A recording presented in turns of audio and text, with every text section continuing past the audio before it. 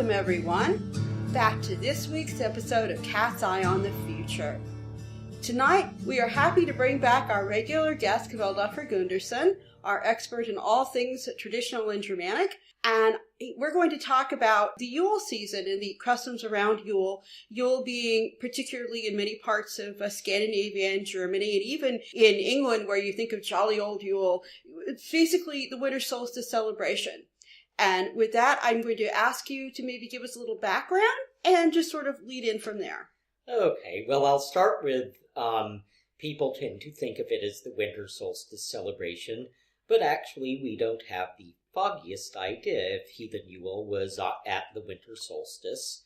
There have been a wide range of dates proposed for Yule in the academic field, starting all the way from early December, which is when the first surviving traditional customs really get going, things like Santa Lucia in Scandinavia and the like, and continuing all the way through about mid-January.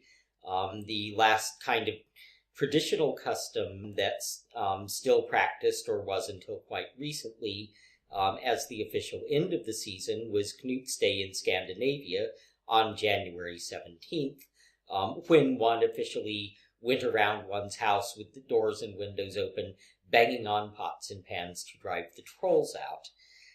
And Jan de Vries, who some of you may be familiar with, some of you may not, but he was probably the greatest researcher in Germanic religion of the 20th century. He's not as well known in the English-speaking world because he only wrote in German, and his opinion was that heathen Yule actually took place well after the solstice in the early part of January. Then on the other hand, we have sources like the Venerable Bede, who reported the prelude to Yule, the Mother Nights, as being, I believe, on the eve of the solstice. So there's a lot of opinions on the subject. It probably is true that different areas, different parts of the Germanic world were inclined to celebrate it at different times.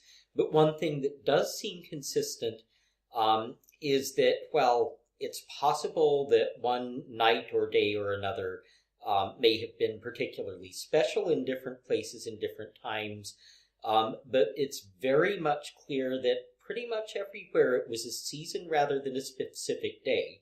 In Germany, we still call it Weihnachten, the Holy Nights. In the English-speaking world, we think of the 12 days of Christmas. So it's a season, and the season is about to get properly started sometime around the beginning of December and continue until some point in January.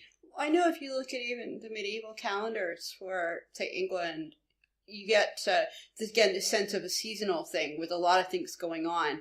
And I wonder, is part of this because in Northern Europe in general, like once you get sort of up above, southern France, this is a time of year when a lot of the harvest work is done and it's too cold to really do much field preparation or anything. So people are kind of coming inside anyway.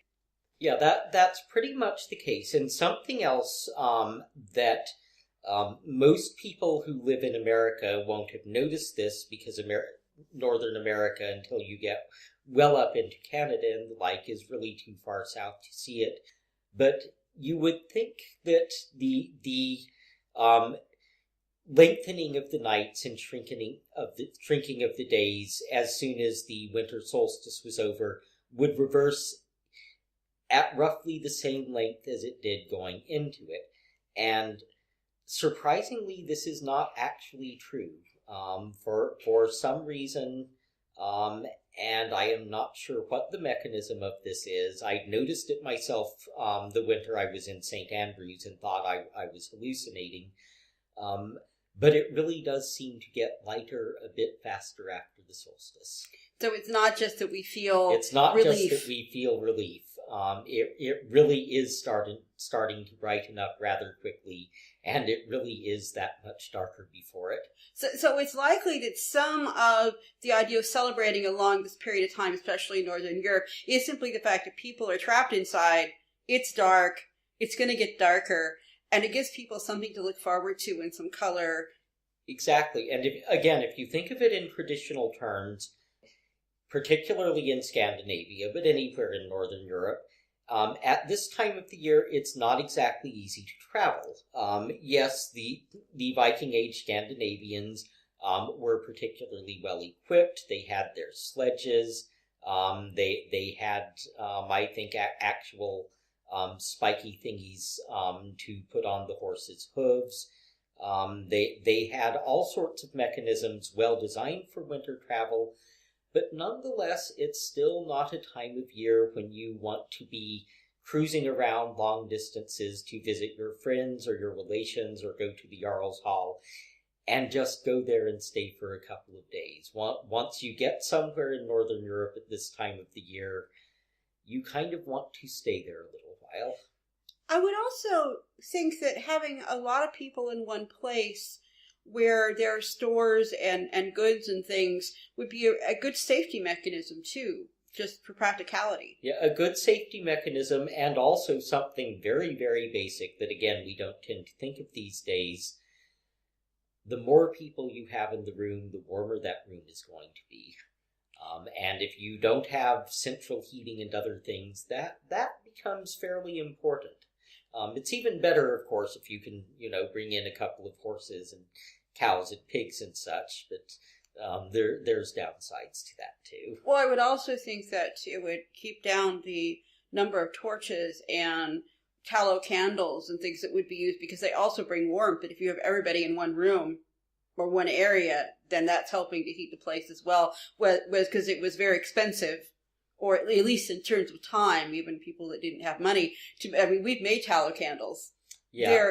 Well, now the candles we're looking at, again, in the Viking Age and earlier, were much simpler than the dipped ones that we tried to make. They were basically made along the lines of the ones found in the Oseberg burial and Sutton Hoo, where you have basically an iron bowl on a spike that you drive into the ground, and you pour molten tallow or whatever you're using around a wick, and then you light the wick. So it's actually, once you've got your basic bowl and spike structure, it's fairly easy to deal with. But on the other hand,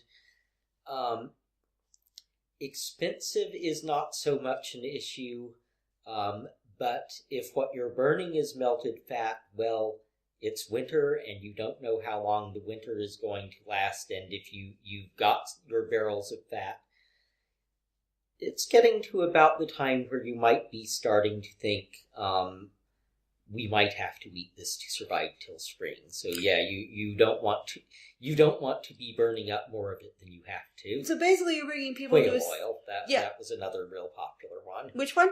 Whale oil. Right.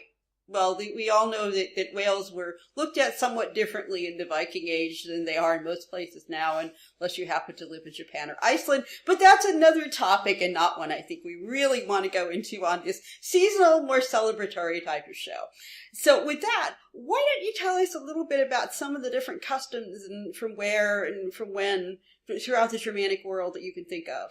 Okay, well, one of the most notable customs, I think the one that everyone, heathen or otherwise, in the Western world thinks of, is the whole greenery in the house thing. And there are a number of different strains of that. The one, of course, that Americans think of first is the Christmas tree. Now, the Christmas tree itself, in the sense of actually bringing the tree into the house before you hang stuff on it and make offerings to it and whatever else you're going to do with it, that seems to have been exclusively a German thing. In fact, it was such a German thing that it was not even seen in England until Albert, Victoria's prince consort, who was, of course, German, married Victoria, moved in, and wanted his Christmas tree. And, of course, what the royals were doing, everyone else did. And it wasn't long before it really took off in England. Denmark, Sweden, the same thing. They did not start having Christmas trees there until the 1920s or thereabouts. Now, Americans, I think, were actually doing it earlier because there was such a huge German immigrant influence in America. And I bet a lot of people don't know this, but America missed being a German-speaking country by, I believe, 1 vote early on. Yeah, I was going to bring that up, but you already mentioned it. Yeah, there was a tremendous German presence in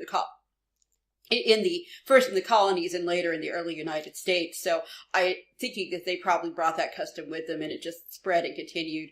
Especially you're living in a place. I mean, the early Americas, where particularly North America was considered a place of just endless forest and trees. So it would make sense that one would want to celebrate. Yes, but in the other European Germanic countries, while greenery was used, the traditions were a bit different. In England, it was always the Yule bough. You would bring in this huge bough of an evergreen, often yew. It was one of the favorites, sometimes pine or whatever other evergreen was available. And you would affix it above your mantelpiece, and you might hang stuff off it or whatever. But you had your Yule bough. In Scandinavia, it was evergreen reeds. Early on, just before Santa Lucia's Day at the beginning of December, you would go out and gather your pine boughs and make your reeds. And you would hang them everywhere. You would put them on tables. They would be everywhere, and often they'd have candles in them, which, might have not been the safest. But, this was before our age of raising everyone in wool baskets. But I can still remember my own family when I was a child. Of course, we had the tree because there would have been a merry row indeed raised if my sister and I had not had our tree. But the first thing my mom, who's from the Scandinavian side of the family, always did, the way her mother had done, was she made the pine reeds, and there were reeds all over the place, even with candles in them. Yes, and you see that in America now, mostly, I think, with people just hanging the wreath on the door. What about the English tradition of the Yule log? The Yule log, it's a very old tradition, I believe. It's certainly been around in the British Isles, at least since the Saxons. I believe that the Germans and the Scandinavians also have Yule log customs, but I can't quote anything authoritative on it. But I am reasonably certain that it's Pan-Germanic, but I could be wrong, so don't quote me. Now, last interview we were talking about spooky stuff, but I seem to recall that there are also a lot of wild hunt legends that go around Yule time as well. Yes, and Yule is really prime time for the wild hunt. It starts around winter nights, ends around Ostara, but the nights of Yule, in more modern traditions, the 12 nights, but really this whole season is absolutely prime time for the wild hunt or the furious host. Either of them, both of them. And it's interesting. Last interview, I talked about the 2 strains, the Woden's host, the general train of the dead. And I talked about the wild hunt as a medieval or post-medieval social commentary legend. I don't think I mentioned the 3rd branch of the wild hunt to any great extent. And that one we see a little bit in Germany, but it's more common in Denmark and Sweden. And that's the version of the hunt where there is a single supernatural man hunting a single supernatural female. And usually this is witnessed by a human being who happens to be out at the right time and sees the supernatural male going after whatever the local supernatural version of the female is, a wood woman, a mermaid in some bits of Denmark, whatever, and then coming back the other way with her body chucked across the saddle of his horse. And the imagery there is obviously a bit of the medieval mounted rider. But there was a Swedish folklorist some years ago who put forth the theory that what we were seeing here was specifically the memory of Thor hunting Etten women. Because as those who actually look closely at Thor and what Thor does with whom, he actually, I think, has a higher total of recorded kills of female Ettins than of male Ettins. And in Harbar's the Ode, there's that bit where he talks about going out and specifically bashing a bunch of Etten women, and Odin says something to him which translates roughly as, "Whoa, you killed women. Real big tough man, aren't you? Real chivalrous buddy." And Thor says, "Look, if I didn't kill these females, the race of Ettins would overbreed and there'd be no room in the Middlegarth for human beings." So obviously, Thor has a very good reason, and given that in a number of the surviving stories, the female Ettins are actually tougher than the male Ettins, I'm not sure that this is exactly the soft option for combat either. Just think of Grendel's mom.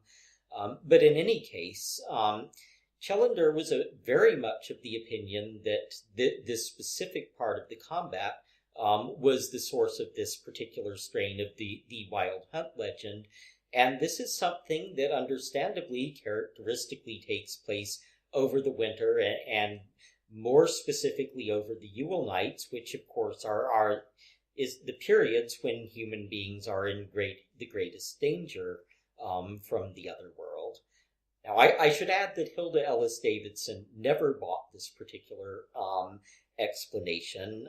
She never did explain to me quite why she didn't like it. She just didn't buy it. So, it's not taken for granted, but there it is for what it's worth. I'm also fascinated because I'm thinking of like the Bromley horn dance, and the particularly in some parts of rural England where they traditionally at Yule, where the stags had, and the masks and the horned antlers and all the hunting imagery. Yeah, now I have this suspicion, and there is absolutely no way to trace it, and won't be until we have a time machine. But I have kind of a suspicion that that's something much, much older. There's a Danish equivalent as well, which involves a guy dressing up with horns as a stag and being ritually hunted. And I have a pretty strong suspicion that these are some of the last remnants of our most ancient culture from the hunting Stone Age. Well, the fact that in England they just recently found the finds at Starkar, which are Mesolithic, about 8,000 years old, where they found the antler masks with the holes in them. Exactly. So obviously, at least in England, it goes way back. I mean, we can't really track continuity, but that seems to be the likeliest explanation by a long way. Now, what we do have that is comparatively more recent are, as I talked about on the last show, all of these practices where you have the maskers, the men's bands, usually men's bands, and you have the human furious host, which becomes one with the supernatural furious host. And these are... In Germany, it's more Fastnacht. In Scandinavia, it's very much Yule, and you find it all through Scandinavia. And it also plays in with one of the more interesting Scandinavian, particularly southern Scandinavian, southern Sweden, Denmark, customs, beliefs, practices, what have you, which is the Yule buck. And any of you from Scandinavian families, or who've been to Scandinavia in the winter time, will know that one of the things you just can't have Yule without a whole bunch of little straw goats with red ribbons on them everywhere. Absolutely everywhere. And there is a lot of questions, again, about, are these is this Thor's goat? Is this related to the story of Skadi? Is it something else? We don't know. What we do know is that the customs of celebrating Yule involved somebody dressing up with a goat mask or at least horns and a big furry cloak and going around to houses, more or less terrorizing the inhabitants, or more accurately refraining from terrorizing them in return for mostly alcohol.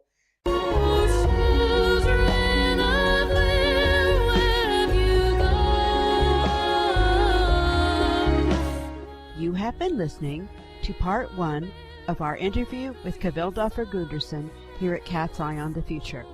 If you would like more information on Kvelduflr, just check the show notes for episode 10 on my site, melodipsychicreadings.com. Stay tuned. We will continue with part 2 of this amazing interview right after these short messages.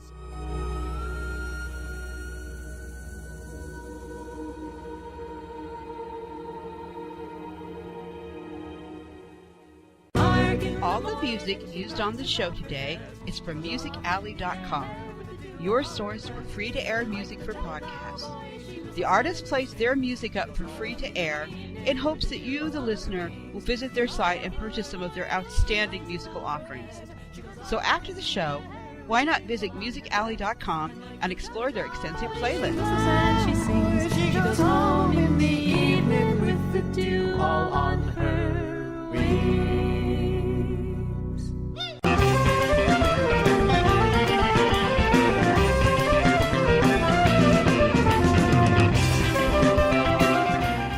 Have questions? The cards have answers.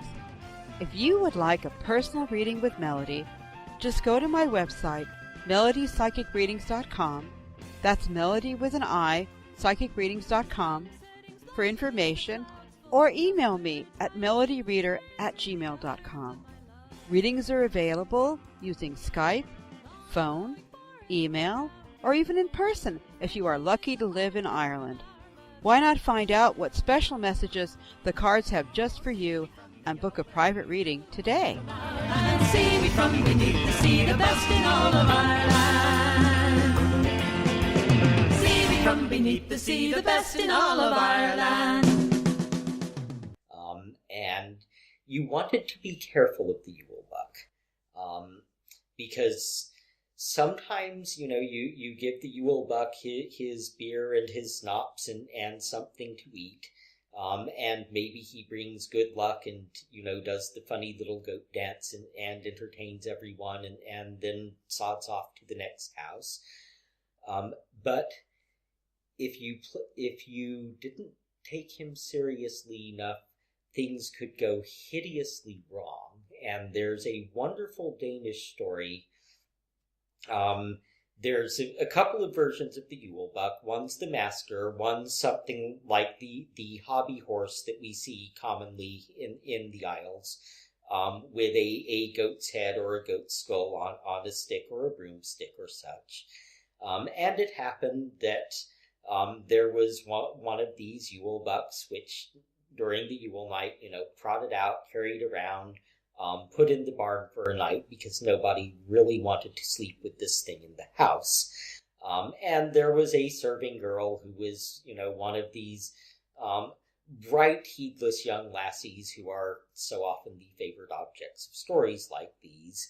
And the lads are like, ooh, wouldn't go into the barn, the Yule Buck's in there, it's night, it's Yule, and she's like,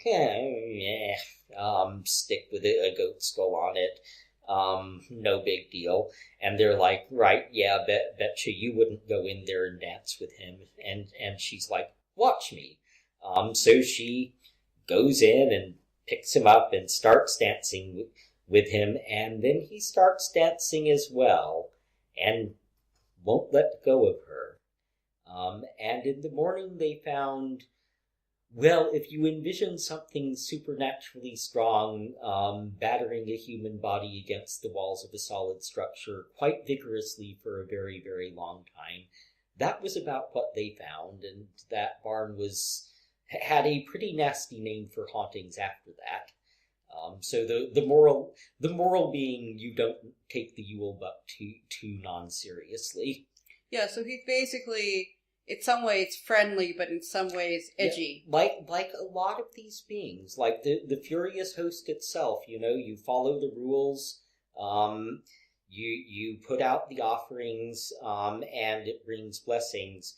But if you, or like Tompton, who also plays a huge role in the Yule tales, and occasionally with stories very like the Yule Buck one, where as long as you do the right things, make the offerings, treat him with respect, everything is fantastic.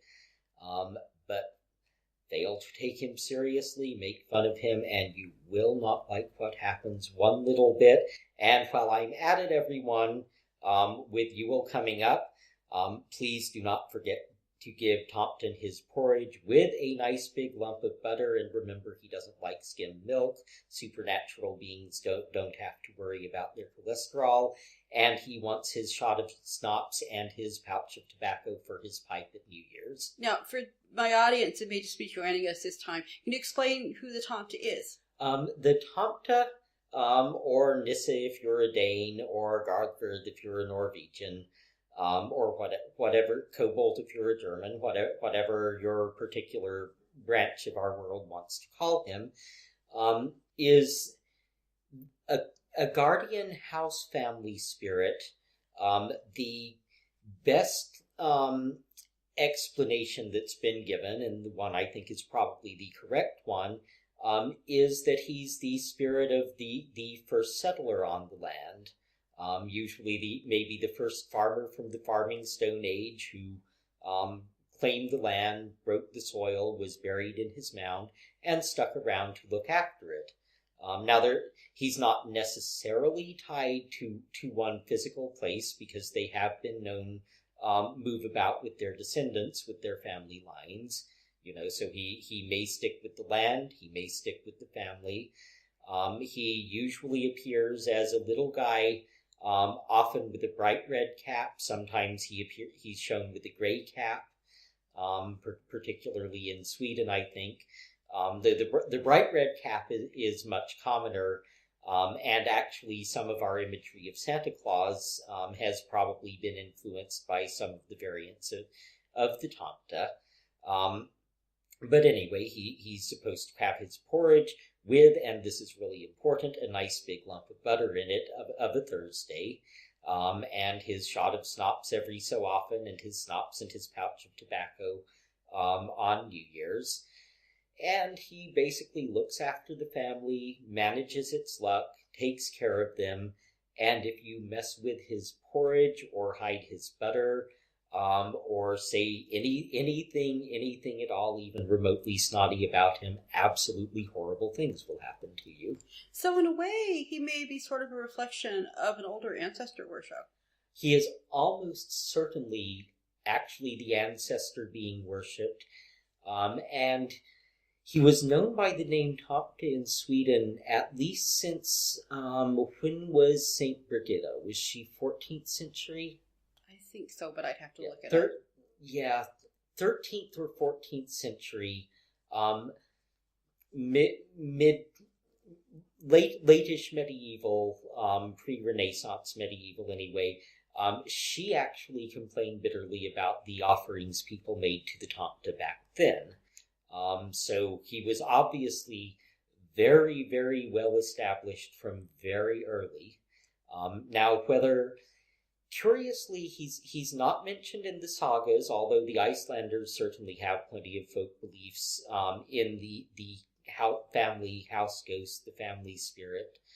But so we don't know whether did he just kind of shade into the cult of the Alfar, or just for whatever reason not quite make it into the sagas.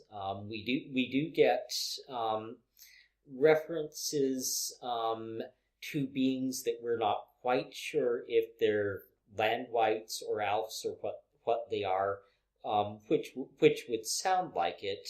There's one mentioned in Flat Eyerbok, who's called the Armother, Harvest Man, who lives in Iraq, and who the brings luck to the household. The man of the household gets advice from him, and of course, then the Christians come along and there's trouble, because there always is when you get proselytizing monotheisms invading your life. But there you go. I was going to say again for my new listeners, could you explain what an elf is?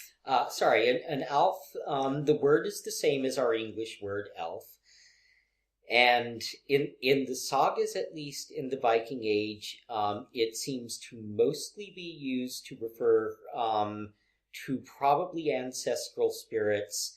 Tervil Peter made a distinction between the Disir, the goddesses, who were the female ancestral spirits, and the Alfar, who, as far as we can tell in the sagas, and we can't tell very far because they don't actually put in direct personal appearances much in the sagas, were probably male. At least they're grammatically male. And the two seem to be paired. For instance, the Winter Night Festival is called the Blessing of the Disir, the Blessing of the Alfs, as well as the Blessing of Freyr. But the elf word in Anglo-Saxon seems to be more used to refer to beings that populate the wild world. You get all these terms: wood elves, sea elves, river elves, what have you. In modern Scandinavian folklore, they appear to be beings who may or may not ever have been human, but certainly have their own lives going on, and again are found in wild places. But we also have very definite cults of the Alps, which are associated with burial mounds.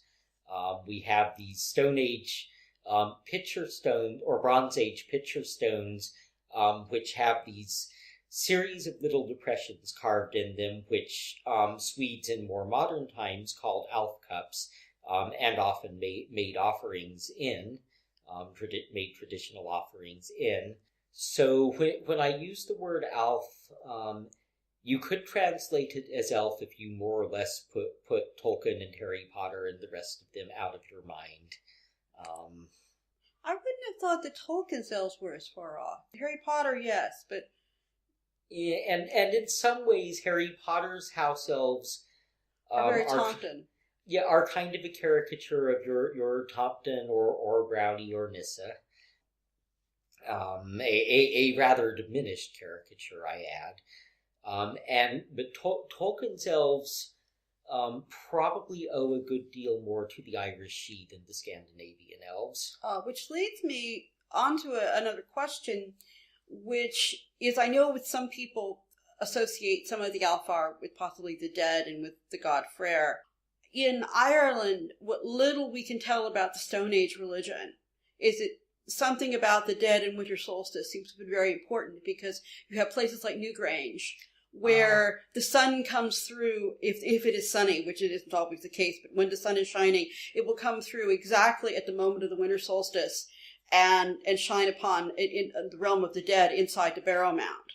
So... well, now, if we're talking about the Stone Age, I don't think you'd find much to distinguish what was going on in Ireland from what was going on in Scandinavia culturally.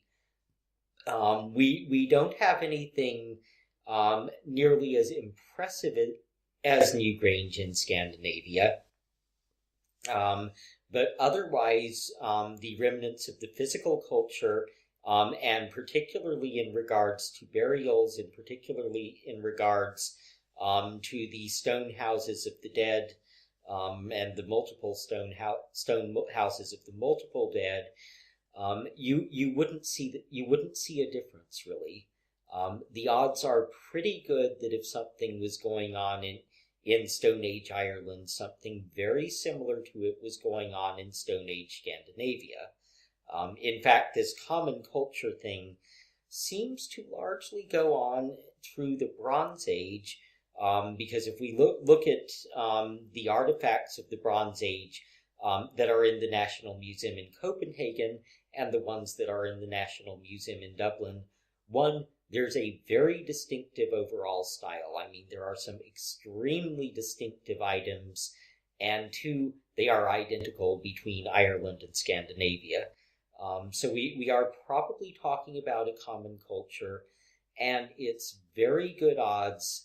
As you say, we know that the Irish Stone Age folk considered something very crucial about the link of the winter solstice with the dead, so we're probably safe in taking it that the same was true in Scandinavia. And so my question is, does that come forward later that we know of?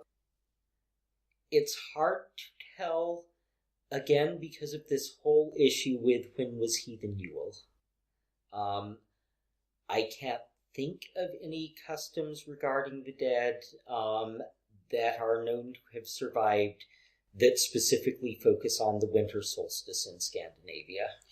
But I was also thinking in terms of Alps and the god Freyr, and there's this sort of overlap, which you might want to talk a little bit about so people know what I'm talking about. At least I've heard, at least some people seem to think that there's a certain sort of overlap between the world of the dead and the world of the elves. Oh, yes.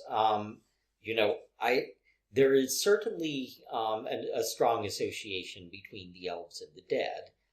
In fact, one of our clearest links, and I think one of the main things Turville Peter was thinking about when he identified the Alfar specifically as the deceased male ancestors, was there was a king of Norway by the name of Olafur, and unfortunately he wasn't the last one, because if he had been, the world would have been a much better place.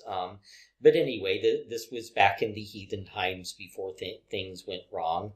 And Olafur was quite a good king, and he died, and he stayed behind in his mound, bringing fruitfulness and blessing and general happiness to his people from the grave. And because of this, he was given the name Olafur Gerstade Alfur, Olafur the Alfur of Gerstadr, which was, of course, his homestead. So here we have a very clear case of a human being dies, goes into the mound, stays in the mound, bringing good things to his people, and is no question identified as an elf for that reason. I guess I'm not asking the question very well, but isn't Freyr associated to some degree with Yule? Yes. It is said that in Grimnismal, that Freyr was given Alfheimr as a tooth gift, as the gift that's given to a young child when it gets its first tooth. And I mentioned that Winter Nights is the 3 names that have survived for it are Blessing of the Disir, Blessing of the Alfar, and Blessing of Freyr. So yes, there is quite a strong association there. It's an association that makes perfect sense because the Vanik cult as a whole has this strong association with the dead, with the chthonic, and Freyr in particular is associated with the cult of the mound, both in his role as a god of kingship and in his role as a god of fruitfulness. And we can see this maybe most clearly at Old Uppsala, which is, of course, the holy seat of the Inglings, who were the royal dynasty of Sweden descended from Freyr.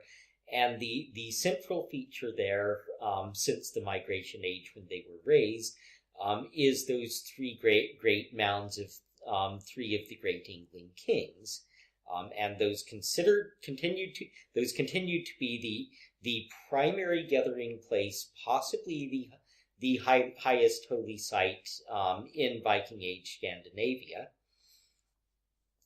Certainly the one we consider the highest holy site today.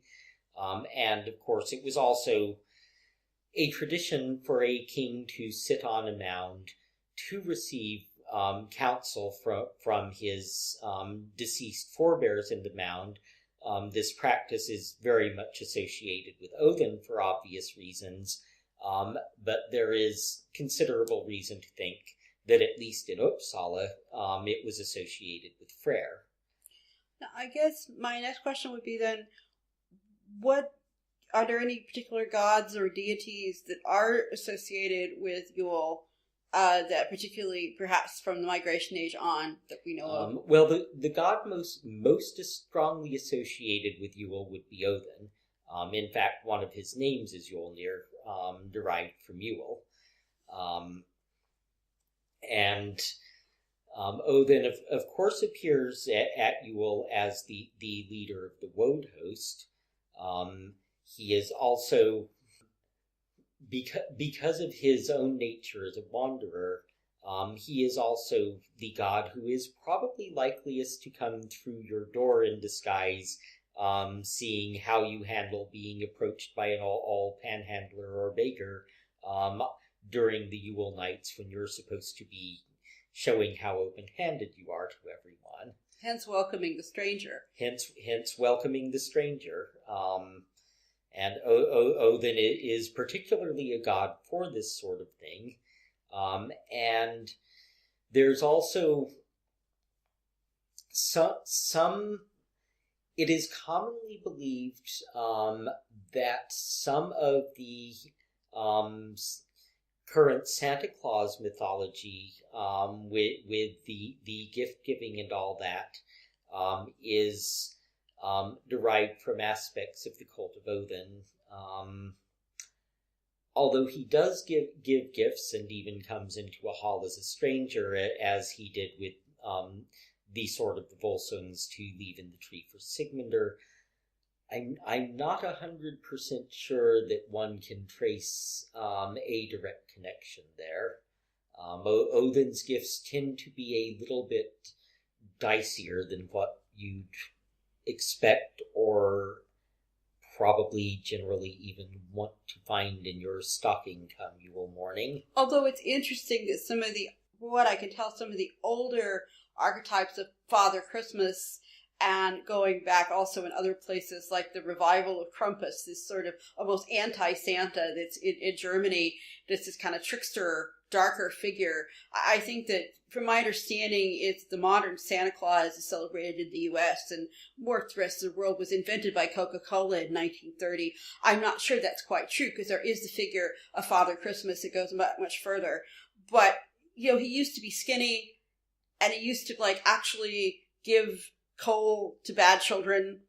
There was this sort of darker or at least deeper aspect. And one thing that is pan-Germanic, and you even get it down into Italy, and I could not tell you whether this was ultimately a Germanic origin thing or whether the Romans had their own version of it. They may have done down into Italy and Greece, but certainly throughout the Germanic world. Again, back to the masker bands, the men's bands, you have these figures who are very ambiguous.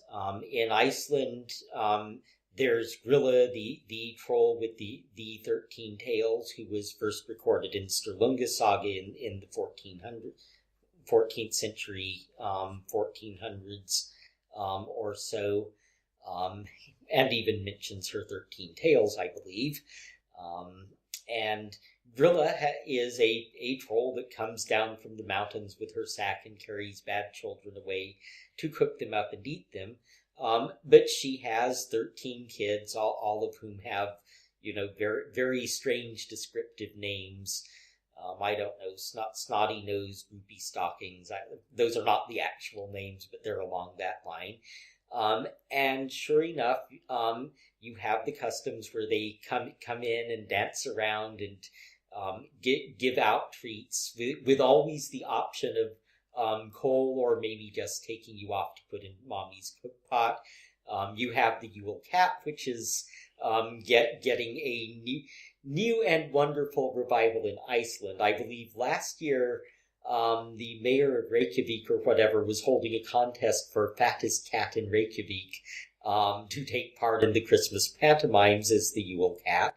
And if you this is something that you might keep in mind when you're selecting presents for your friends and relatives, because if you don't get a bit of new clothing, new socks, whatever, on Yule time, the Yule Cat will come and eat you. Yeah, it's that kind of, again, not necessarily dark, but edgy. edgy. And I really think that I noticed lately that some of it's Facebook and some of it's also a reaction to the whole Festivus poll and the invention of that from American TV. But the revival of Krampus is this figure who, again, is very much sort of like the Yule cat or some of these other there is edgier always, beings. Once you get past the immediate 20th century mass marketing of saccharin, whenever you look at any of the original customs with any of these beings, basically they're beings of the other world. And beings of the other world are always a bit dangerous to deal with, even if they're generally kind of well inclined. If you don't approach them with respect, if you don't treat them well, if you don't take them seriously, and frequently enough, if you're just generally kind of a jerk, they do not respond well to this.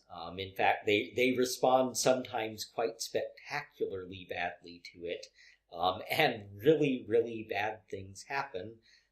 Whereas, of course, if you are duly respectful, again, make the appropriate offerings, speak to them with every politeness you've got, then they bless you. They give you gifts, they give you blessings, or at the very least, they go away and don't eat you. Is Yule then another one of those times when the worlds are kind of blurred? Yeah, Yule is the time when the worlds are most blurred. There are several times of power.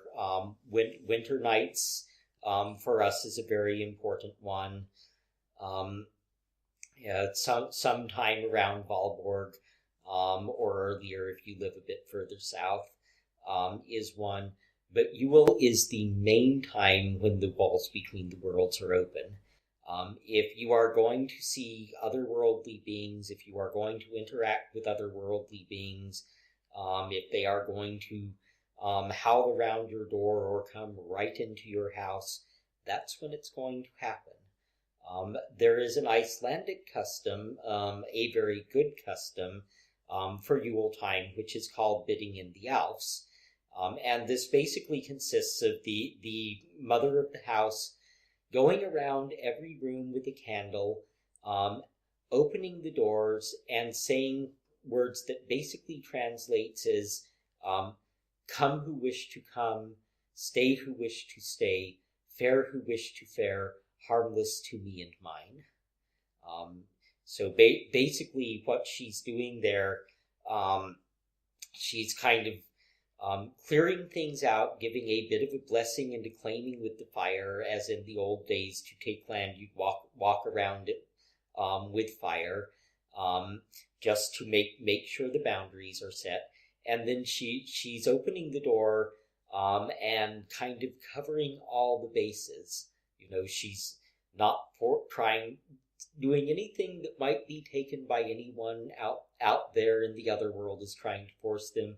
But she's saying, you're welcome, you're all welcome here, come, stay, go as you please, just as long as you don't hurt me or any of my household. And that's as both the Poetic Edda and some of our surviving Märchen, our folk stories will tell us, this is a very good approach to take when dealing with otherworldly beings, because once you start inviting and naming them specifically, you want to be really, really, really sure you don't leave anyone out, and especially if you think they might be a slightly untoward or dangerous being, you so do not want to inadvertently or otherwise offend them by leaving them out. Is this inviting them in?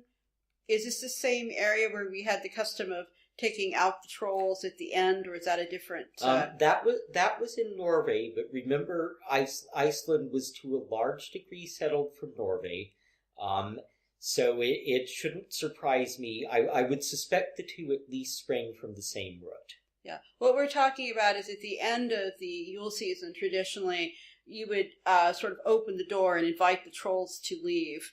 And you would run around. You would walk around the house banging on pots and pans to make sure they left. And we used to have a cat named Trolla, so she was a completely indoor cat. Yeah, she was a purebred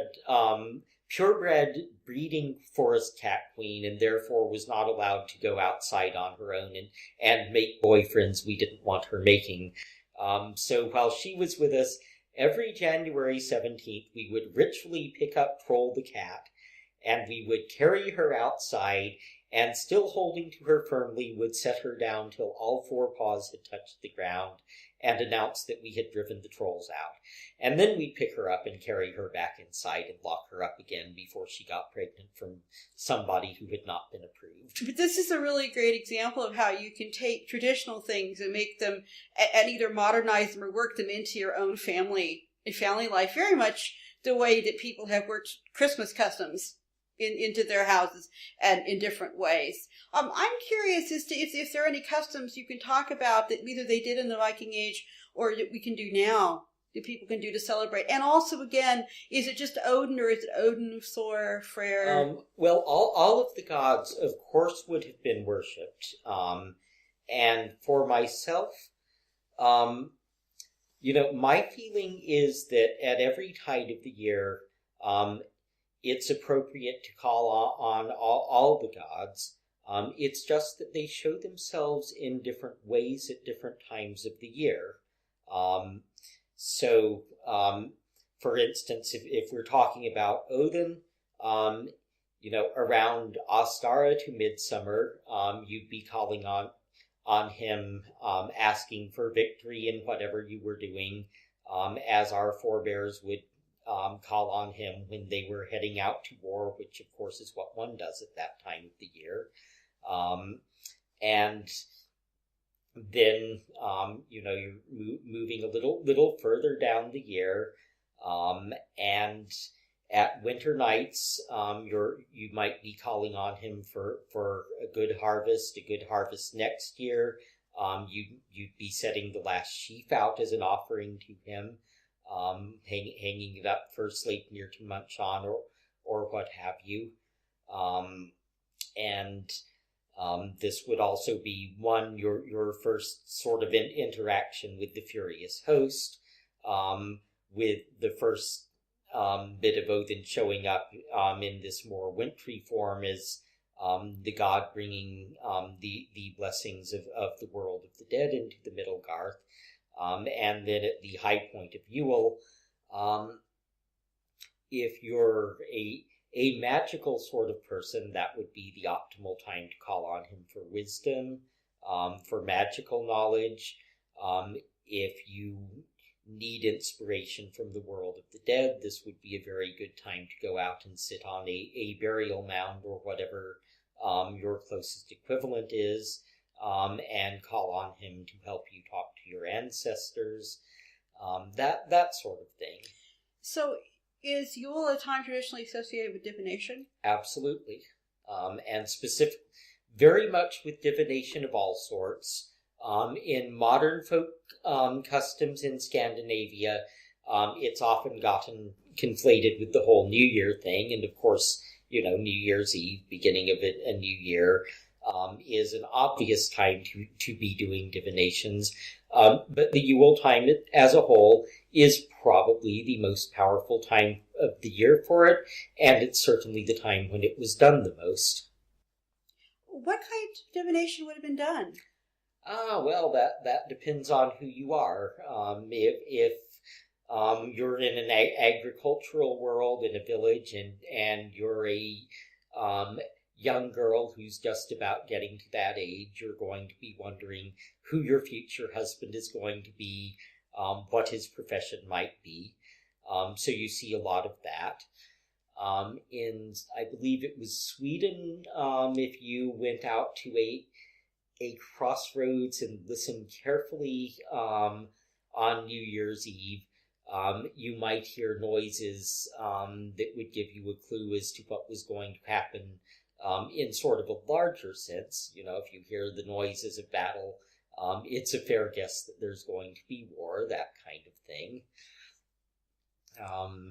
If you had a more specific question, again, you were more likely to be consulting the dead directly by whatever means was the general practice wherever you happen to live.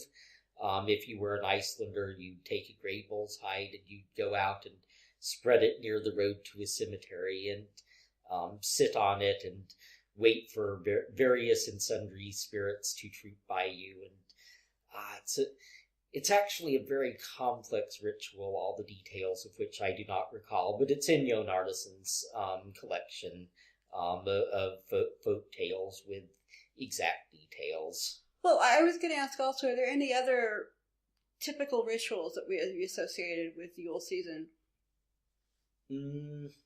Okay, actually, one of the most typical ones, coming back to things that are still with us, is the whole making offerings to decorating, hanging stuff off a tree.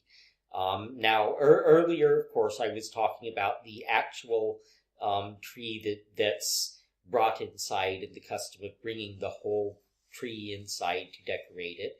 And that was a German thing. But in Scandinavia also, they made the offerings to the trees, hung stuff on the trees, what have you. They just didn't bring them in, because the Scandinavian version, you see, your farmstead had a special tree, various names for it, the garth tree, the courtyard tree, whatever. But it was one particular large tree that stood by the house, and that was strongly associated with the well-being of the family as a whole. And you would go out and you would address the tree. You would perhaps pour or set out some milk or some snops or the like around its roots.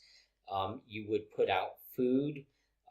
You might well hang stuff off its branches, particularly once you get farther north, up into northern Sweden, and it's uncertain whether this was a Sami custom that was adopted by us or vice versa, but it was the custom to make these little paper boats and put stuff, particularly fat and the like, which was a real delicacy back then and there, in and hang it on the branches of the trees for, quote, the Yule folk, unquote.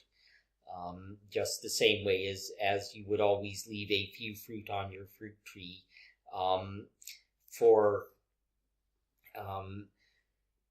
various explanations were given, and in later years, well post-conversion, sometimes it was for the birds, and sometimes it was actually mentioned as being for other things. But that custom of hanging stuff on the trees is very probably originated from our good old Germanic custom of actually hanging live or at least somewhat live offerings on trees. And of course, the conversion came along, we couldn't do that the way we used to, but people still decorated. In Sweden, again, not only do you not have Yule without straw goats everywhere, but it's also not Yule without a few little piggy ornaments hanging off your tree. You have to have your Yule swine. Costa Boda makes some lovely pressed glass ones. And they also have cookie cutters that are pigs and horses and... Cookie cutters that are pigs and horses. I have a book of Scandinavian Yule traditions with some pictures from the 19th century of these traditional breads in the shapes of pigs.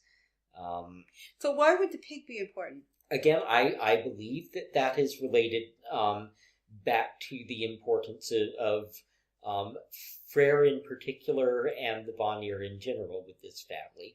And if you think about Freyr, of course he has his boar. He's strongly associated with his boar. He's got this strong association with the dead, and possibly particularly the protective dead, if one looks at that aspect of the Alfar. He has this strong relationship with fruitfulness, and with I think this entire cult of the family, and one thing you want to keep in mind at Yule is that this is when your family comes to visit you. All your family. No matter how long they've been dead. Ooh. That's a really good line, and that may be a really good place to kind of sort of tie things together and sort of wind up. Is there anything else you'd like to talk about? Well, I could go on with this a lot longer, and who knows, we might do a part 2 before the peak of the Yule season. Well, yes, we could come back in January, actually, because it's going to, mid-January? Yeah. Yes, it's, depending on where you are and who you are and whose version you like. But certainly if you're a Norwegian, as my family is, or if you are one of the people that think Jan de Vries was possibly the greatest Germanic religious scholar of the 20th century, which I do, you're very happy with Yule continuing until January 17th. Well, on that note, and I'd like to invite you back next month, probably early in January in the new year, and we can talk some more about Yule and perhaps other things, events or holidays that may be coming up, and that we can talk about then. Would that sound good? That sounds good, and we might go on from there to the next following holiday, the Disting, if you're a Swede, sometimes called Charming of the Plough these days for reasons which I can expand on later. I'll look forward to that. I want to thank you so much for coming tonight.